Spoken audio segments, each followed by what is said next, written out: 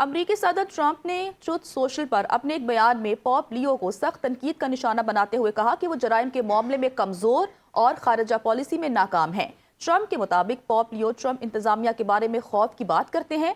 Trump نے کہا کہ وہ ایسے پوپ کو قبول نہیں کرتے جو ایران کے ایٹمی ہتھیار رکھنے کو درست سمجھے یا امریکہ کے وینزویلا کے خلاف اقدام کو غلط قرار دے، جبکہ ان کے مطابق وینزویلا امریکہ میں منشیات اور جرائم پیشہ افراد بھیج رہا تھا۔ انہوں نے مزید کہا کہ انہیں پوپ لیو کے بھائی زیادہ پسند ہیں کیونکہ وہ حالات کو بہتر سمجھتے ہیں۔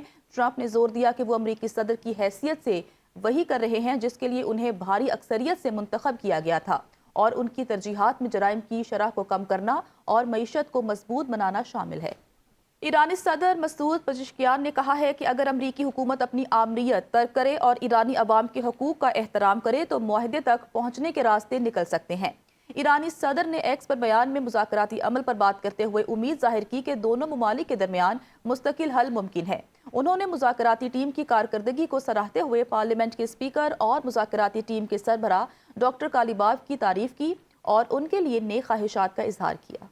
روس نے ایران اور امریکہ کے درمیان امن کی کاوشوں میں تعاون کی پیشکش کر دی۔ روسی صدر پیوٹن کا ایرانی ہم منصب سے ٹیلی فونک رابطہ، جس میں پیوٹن نے دونوں فریقوں کے درمیان امن کی کاوشوں میں تعاون کی پیشکش کی۔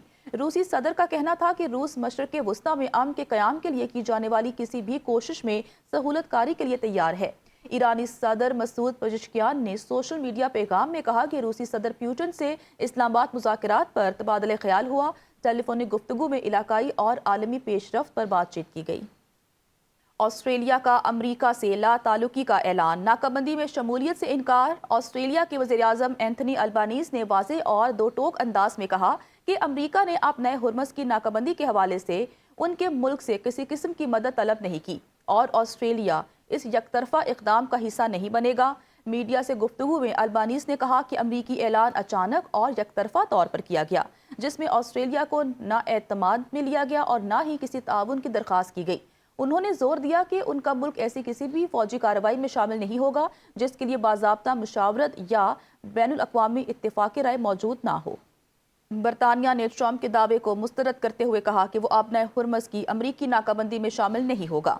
برطانوی وزیر اعظم کا فرانس، اسپین اور دیگر شراکت داروں کے ساتھ مل کر اتحاد قائم کرنے کا اعلان۔ سر کیئر سٹارمر نے کہا کہ جہاز رانی کی آزادی کے تحفظ کے لیے کام کر رہے ہیں۔ امریکہ یہ حکم نہیں دے سکتا کہ دوسرے اپنے معاملات کو کیسے سنبھالیں۔ امریکہ کی جانب سے ایرانی بندرگاہوں کی ناکہ بندی کے اعلان کے بعد عالمی منڈی میں تیل کی قیمتوں میں اضافہ۔ امریکی خام تیل کی قیمت میں 8% اضافہ ہوا، جس کے بعد فی بیرل قیمت $104.24 تک پہنچ گئی۔ برینٹ کروڈ آئل 7% اضافے کے بعد $102.29 فی بیرل پر پہنچ گیا۔ خطے میں جاری کشیدگی اور سپلائی کے خدشات کے باعث قیمتوں میں مزید اتار چڑھاؤ کا امکان ہے۔